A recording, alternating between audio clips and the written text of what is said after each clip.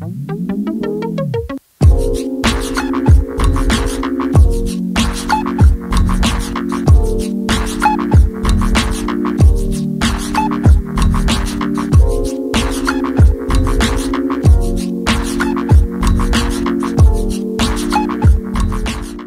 à toutes et à tous et bienvenue sur le Porschiste Pro, votre émission 100% Porsche.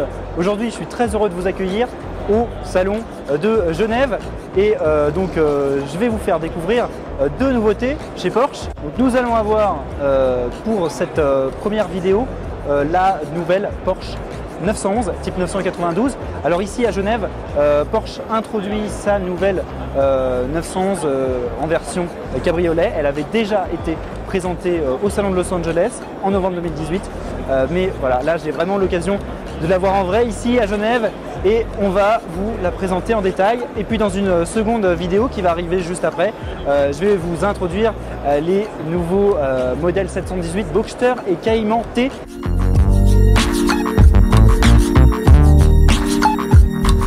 Côté stylistique, cette nouvelle 911 type 992, quels sont les changements? À l'avant, on a déjà un capot qui est redessiné ici avec deux nouvelles rainures au centre du capot. Ça renforce un petit peu l'agressivité de la ligne de la voiture. Un nouveau bouclier, toujours plus agressif. Voilà.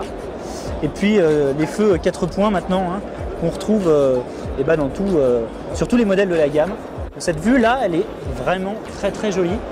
Une ligne qui est très épurée et d'autant plus avec ces poignées de porte qui sont affleurantes, donc plus aérodynamiques.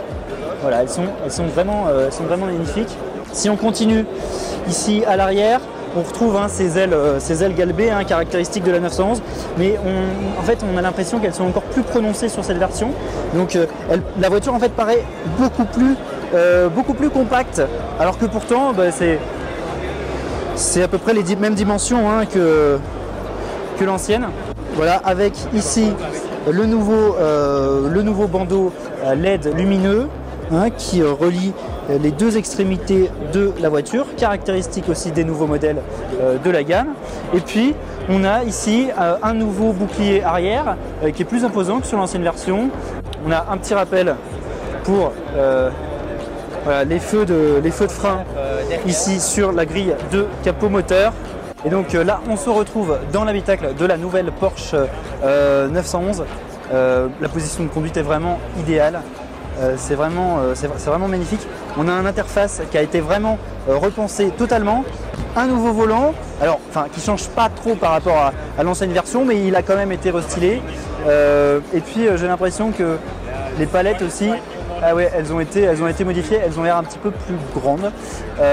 Et puis face à nous, on a vraiment une digitalisation en fait de notre ordinateur de bord, avec toujours quand même au centre le compte tour analogique central qui nous rappelle un petit peu les anciennes 911 qui va là jusqu'à 8000 tours ici pour cette version.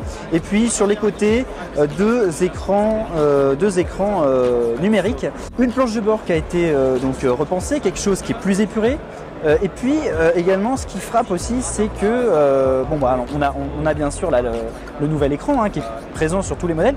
Le tableau de bord est vraiment très vertical en fait, et ça nous rappelle en fait les anciens modèles de 911, les premiers modèles. Donc c'est pas tourné, l'écran n'est pas tourné vers le conducteur, mais bon, c'est quand même très réussi.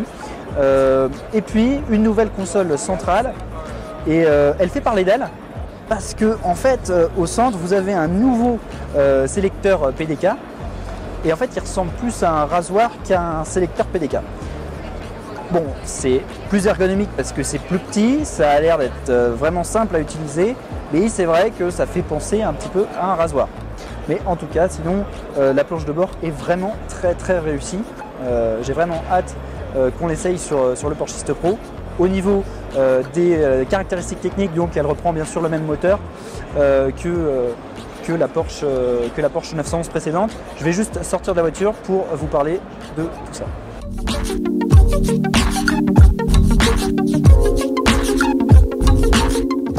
En ce qui concerne la motorisation de cette nouvelle Porsche 911, en fait c'est la même chose que sur l'ancienne version. Alors on retrouve donc le flat 6 3 litres biturbo qu'on avait donc sur la Porsche 911 type 991 phase 2. Donc là c'est le même. Par contre sur les modèles S et 4S, donc les seuls modèles 911 qui sont sortis jusqu'à maintenant, la puissance elle a été rehaussée. C'était 420 chevaux sur la version 991 phase 2. Et là, la puissance a été rehaussée à 450 chevaux. On a vraiment des performances qui sont assez incroyables. Il me semble que c'est pour cette version-là, la 911 Carrera S, l'exercice du 0 à 100 km/h, il est réalisé en seulement 3 secondes 7, donc avec cette boîte PDK à 8 rapports. Et pour la 911 4S, il est réalisé en seulement 3 secondes 6. Et là, je parle des modèles cabriolet, donc les performances doivent être encore légèrement mieux pour les modèles coupés.